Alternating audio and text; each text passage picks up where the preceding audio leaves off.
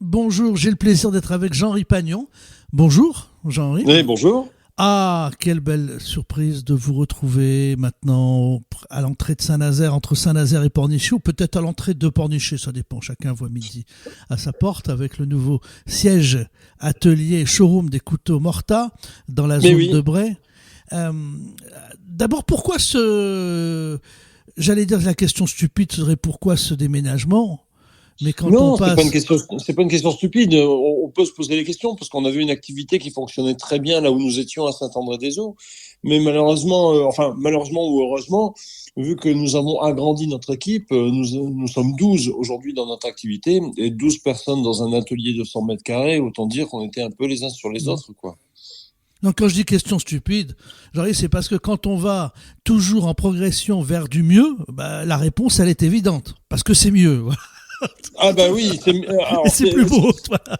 alors c'est plus beau, c'est plus grand, c'est mieux. On respire plus, on a plus d'espace pour nous, pour quand on travaille, quand on fabrique le couteau, et il y a beaucoup plus d'espace et de confort pour ceux qui viennent nous visiter, bien évidemment. L'histoire des couteaux Morta, elle est assez incroyable parce que c'est vraiment une réussite locale. Est-ce que le Morta est à la terre ce que le sel est au bord de mer dans notre région? Ah, c'est joli, dites donc. On n'a encore jamais fait cette comparaison, et pourtant j'en ai entendu pas mal en 15 ans, mais cette comparaison, là, c'est la première. Donc peut-être qu'on peut considérer cela, oui. En tout cas, pour ma part, je considère que le Morta est un bois qui est chargé d'histoire, et c'est ça qui lui donne son infinie noblesse. 5000 ans d'histoire, c'est quand même pas banal. Ce Morta a connu les pharaons, Les Cléopâtre, pharaons, la Rome antique, la Grèce, le haut Charlemagne, Moyen-Âge, le bas Clovis, tout ça. Moyen-Âge. Non, mais c'est extraordinaire, non? Oui, c'est vrai. Et peut-être que cette nature, que ce bois a une certaine mémoire et il a enregistré tout cela et il vous transmet peut-être cette force à travers ce couteau mortard. Je suis convaincu qu'il y a une forme de valeur ajoutée. Il y a quelque chose, il y a une charge émotionnelle très particulière parce que très naturellement, les gens qui nous font l'honneur d'acheter un de nos couteaux reviennent. Et reviennent encore et toujours régulièrement, comme si on avait créé un lien entre eux et nous. Donc ils reviennent parfois pour faire entretenir leur couteau, pour le faire affûter, ou alors pour en prendre un pour offrir à un proche, à un ami, et en expliquant, tu verras, c'est un couteau extraordinaire parce qu'il a son manche est fait à partir d'un bois vieux de 5000 ans. Et donc on a une fidélisation de nos clients, et je pense que c'est peut-être dû à cette charge historique et émotionnelle que l'on retrouve dans le mortin. Qu'est-ce qu'un couteau aujourd'hui? Je vous pose la question parce qu'en réalité, le couteau, on, on en a besoin. Si même pour du bricolage, dans sa vie quotidienne, on a toujours une corde à couper.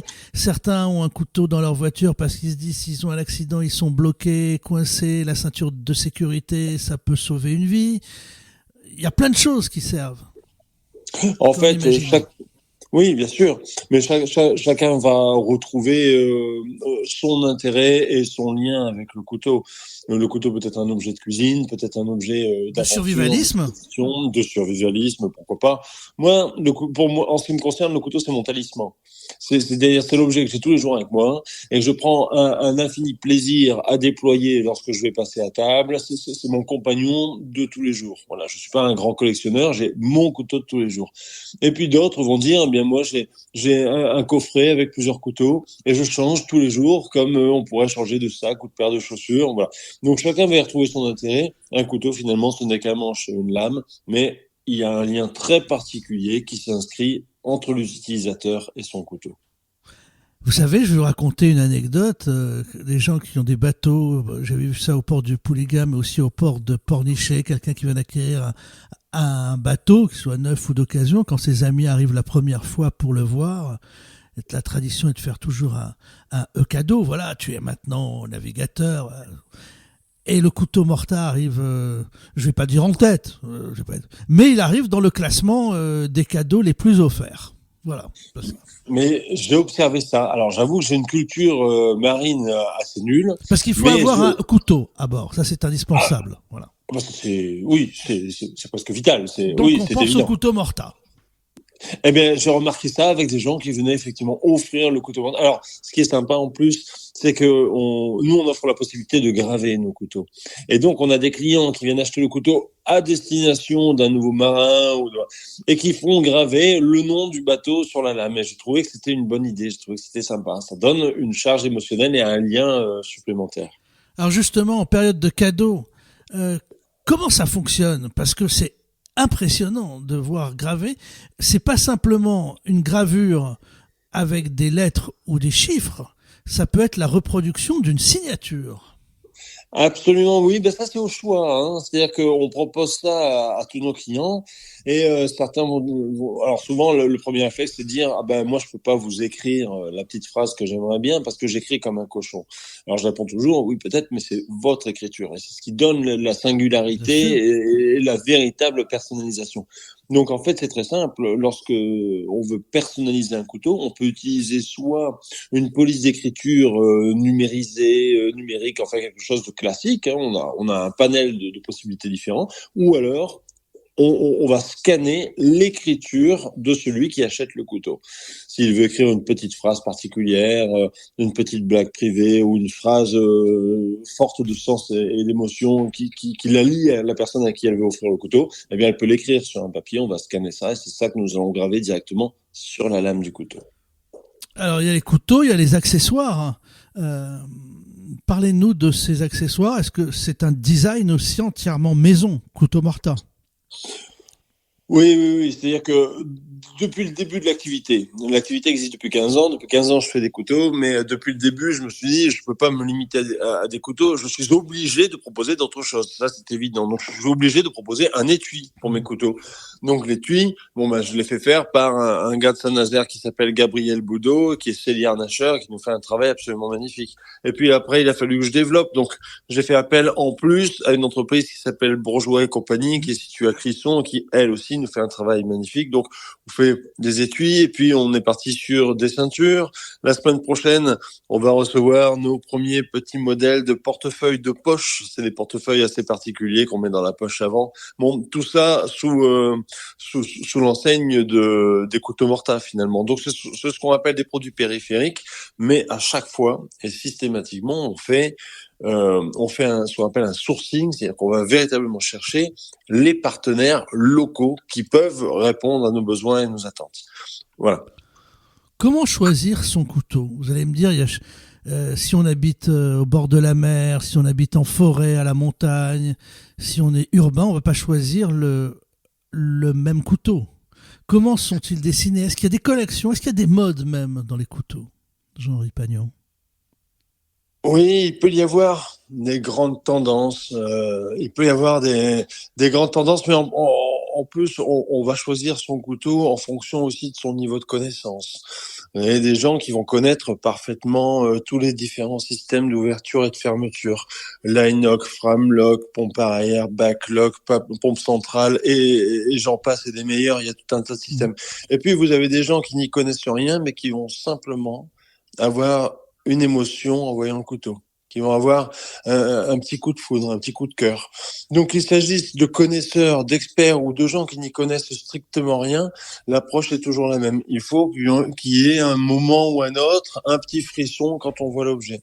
Et puis après, on a la possibilité, bien évidemment, de le prendre en main, de le manipuler, de jouer avec. Et puis, si on s'aperçoit que finalement c'était pas le bon choix parce qu'il est trop petit, parce qu'il est trop grand, parce que ben on le repose et puis on va en essayer d'autres. À un moment ou à un autre, je me demande dans quelle mesure c'est pas le couteau qui choisit son propriétaire. C'est un cadeau masculin ou féminin? On serait tenté Ah, à premier abord de dire c'est masculin comme cadeau. ah bah oui, bien sûr, bien sûr, bien sûr qu'on serait tenté au premier abord, mais en fait, on a bien évidemment beaucoup d'hommes, mais aussi beaucoup de femmes. Beaucoup de femmes qui sont intéressées et attention aux clichés, pas uniquement par les couteaux de cuisine. J'ai eu un couple pas plus tard que hier ou avant-hier. Oh, je tombais pas dans ce cliché parce que les femmes, Oui, quand vous mais, partez à la campagne avec elles, elles sortent le couteau, elles vous coupent des mais branches exactement. et des champignons, etc. Mais c'est ça, c'est ça. Et ça n'a rien de viriliste ou de machiste que de sortir un couteau quand on est une femme. Mais elles Ça, sont je vais parfois plus bricoleuses que les mecs, hein, en plus. Mais Ça dépend. Voilà. Vous avez un exemple au bout du fil, là. Voilà, clairement. Hein. Donc, Mais euh, donc, donc, oui, notre cible, enfin, c'est pas notre cible, notre clientèle est masculine, mais aussi féminine. Il y a énormément de femmes qui aiment avoir un couteau sur elles, que ce soit dans le sac à main, dans la poche, dans la voiture, et pas un couteau, le couteau. Celui que l'on aura gravé, celui qui aura... Parce que le couteau peut être considéré comme un bijou d'une certaine façon. en plus, c'est vrai, un vrai bijou, quelque chose que l'on garde, qui peut nous sauver la vie, qui peut être utile quand on se Un retrouve talisman. exactement, Jean-Henri Pagnon. Et puis, c'est en plus le cadeau, on est sûr de ne pas se tromper. Souvent, au moment des fêtes, on se dit qu'est-ce qu'on va lui offrir. On va trouver la chemise, mais j'ai pas sa taille. T'as vu, il a pris du poids, ça va plus, la taille ne passera plus.